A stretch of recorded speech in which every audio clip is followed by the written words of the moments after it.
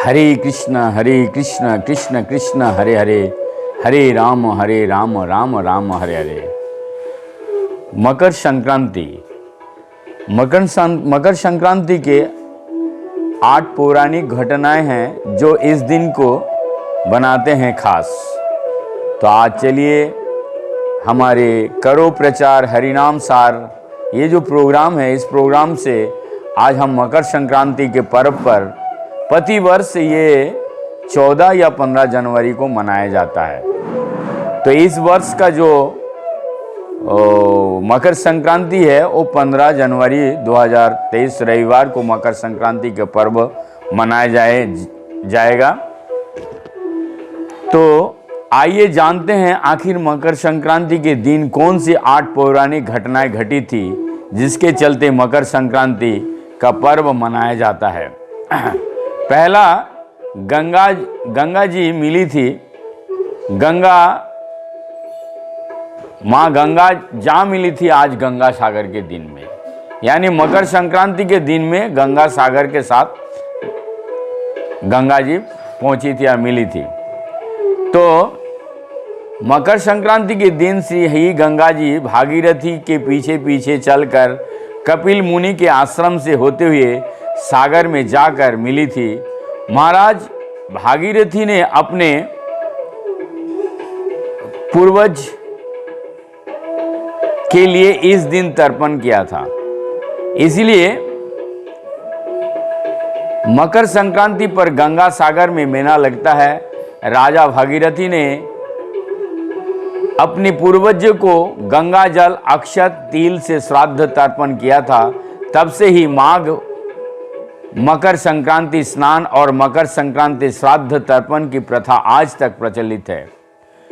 पावन गंगा जल को स्पर्श मात्र से राजा भागीरथ का पूर्वजों का स्वर्ग का प्राप्ति हुई थी।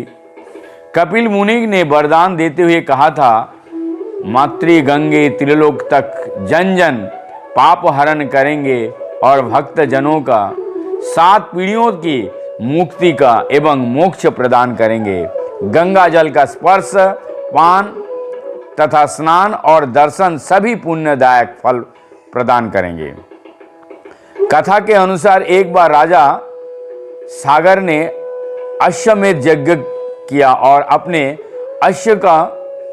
अश्व को विश्व विजय के लिए छोड़ दिया। इंद्रदेव ने उस अश्व को छल से कपिल मुनि का आश्रम में बांध दिया। जब कपिल मुनि आश्रम में राजा सागर के 60,000 पुत्र युद्ध के लिए पहुंचे थे तो कपिल मुनि ने श्राप देकर उन सब को भस्म कर दिया। राजकुमार अंशुमन राजा सागर के पोते ने कपिल मुनि के आश्रम में जाकर विनती की और अपने बंधुओं को उद्धार का रास्ता पूछा। तब कपिल मुनि ने बताया कि इनके उद्धार के लिए गंगा जी को धरती पर लाना होगा। तब राजा अंशुमन ने तप किया और अपने आने वाले पीढ़ियों को यह संदेश दिया।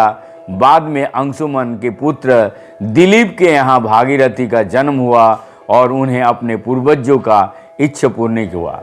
इस तरह से ये पहला ऐतिहासिक कथा। दूसरा, हरि विष्णु ने किया था असुरों का वध। इसी दिन भगवान विष्णु ने असुरों का अंत करके युद्ध समाप्ति की घोषणा की थी। उन्होंने सभी असुरों को सिरों को मंदर पर्वत में दबा दिया था। इसीलिए ये दिन बुराइयों और नकारात्मक का खत्म करने का दिन भी माना जाता है। बहुत ध्यान से सुनिएगा। तीसरा कारण, सूर्यवंशी राजा करते हैं सूर्य की पूजा। रामायण काल से ही भारतीय संस्कृति में दैनिक सूर्य पूजा का प्रचलन चला आ रहा है। राम कथा में मर्यादा पुरुषोत्तम श्री राम द्वारा नित्य सूर्य पूजा का उल्लेख मिलता है। मकर संक्रांति के दिन सूर्य की विशेष आराधना होती है। नंबर 4, सूर्य की 7वीं किरण। ये सूर्य की 7वीं किरण भारतवर्ष में आध्यात्मिक उन्नति की प्रेरणा देने वाली है। बहुत ध्यान से सुनिए। सातवीं किरण का प्रभाव भारतवर्ष में गंगा और जमुना के मध्य अधिक समय तक रहता है। इस भौगोलिक स्थिति के कारण ही हरिद्वार और प्रयाग में माघ मेला अर्थात मकर संक्रांति या पूर्ण कुंभ तथा अर्ध कुंभ का विशेष उत्सव आयोजन होता है। नंबर 5, भीष्म पितामह। महाभारत काल में भीष्म पितामह ने अपने देह त्यागने के लिए सूर्य को उत्तरायण होने का ही इंतजार किया था, कारण कि उत्तरायण में देह छोड़ने वाले आत्माएं या तो कुछ काल के लिए देवलोक चली जाती है या पुनर्जन्म के चक्कर से उन्हें छुटकारा मिल जाता है।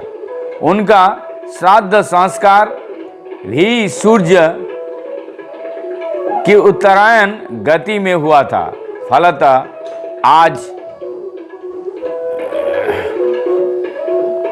आज तक पितरों का प्रसन्नता करने के लिए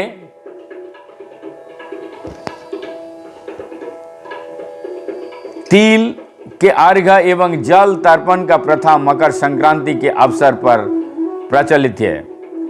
नंबर 6, सूर्य जाते हैं और अपने पुत्र शनि के घर।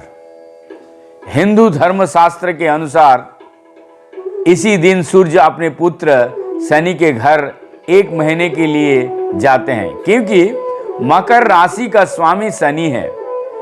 कथा के अनुसार सूर्य देव ने शनि और उनके माता छाया को खुद से अलग कर दिया था, जिसके कारण शनि के प्रकोप के चलते उन्हें कुष्ठ रोग हो गया था। तब सूर्य देव के दूसरे बेटे यमराज ने इस रोग को ठीक किया था। रोग मुक्त होने के बाद सूर्य देव ने क्रोध में आकर उनके घर कुंभ को जला दिया था, परंतु बाद में यमराज के समझाने पर वे जब शनि के घर गए तो उन्होंने वहां देखा कि सब कुछ जल चुका था, केवल काला तिल वैसे का वैसे रखा था। अपने पिता को देखकर शनिदेव ने उनका स्वागत किया, उसी काले तिल से किया। इससे प्रसन्न होकर सूर्य ने उन्हें दूसरा घर मकर उपहार में दे दिया। बहुत ध्यान से सुनिए, शनिदेव को तिल क्यों चढ़ाया जाता है, ये सारी चीज। इससे प्रसन्न होकर सूर्य ने उन्हें दूसरा घर मकर उपहार में दे दिया। इसके बाद सूर्य देव ने शनि को कहा कि जब वे उनके लिए घर मकर में आएंगे तो उनका घर फिर से धन और धन्य से भर जाएगा। साथ ही कहा कि मकर संक्रांति के दिन जो भी काले तिल और गुड़ से मेरी पूजा करेगी उसके सभी कष्ट दूर हो जाएगा। नंबर 7, यशोदा जी ने किया था व्रत। कहते हैं कि माता यशोदा जी ने कृष्ण जी के लिए व्रत किया था। तब सूर्य उत्तरायण हो रहे थे और उसी दिन मकर संक्रांति थी। तभी से मकर संक्रांति के व्रत प्रचलन प्रारंभ हुआ। नंबर 8, उत्तरायण होते हैं सूर्य, तब देवताओं का प्रारंभ होता है दिन। मकर संक्रांति के दिन सूर्य दक्षिणायन से उत्तरायण गति करने लगते हैं। इस दिन से देवताओं का 6 माह का दिन आरंभ होता है, जो आषाढ़ मास तक रहता है।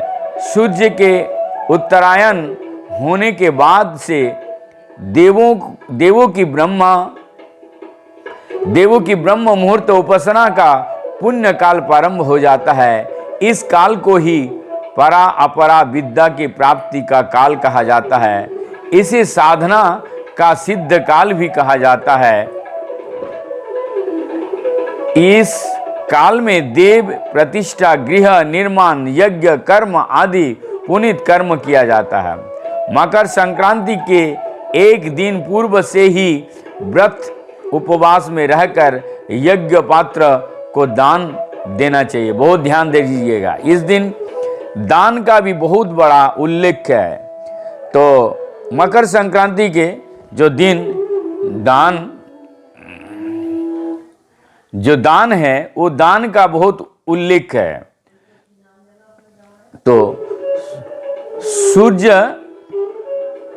संस्कृति में मकर संक्रांति का पर्व ब्रह्मा, विष्णु, महेश, गणेश, आद्य शक्ति और सूर्य के आराधना एवं उपासना का पावन व्रत है, जो तन मन आत्मा को शक्ति प्रदान करते हैं।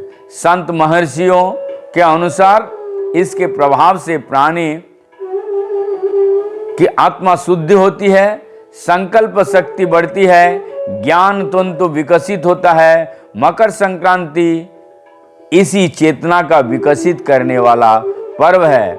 विष्णु धर्म सूत्र में कहा गया है कि पितरों को आत्मा की शांति के लिए एवं स्वास्थ्य वर्धन तथा सर्व कल्याण के लिए तिल का प्रयोग पुण्यदायक, तिल के छौं प्रयोग पुण्यदायक एवं फलदायक होते हैं। तिल जल से स्नान करना, तिल दान करना, तिल से बना भोजन, जल में तिल अर्पण, तिल से आहुति, तिल की अवाटन लगाना। इसी के साथ हम यहाँ पर विराम देंगे। सभी का मकर संक्रांति शुभ हो और सब भी भक्ति में अग्रसर किए हो।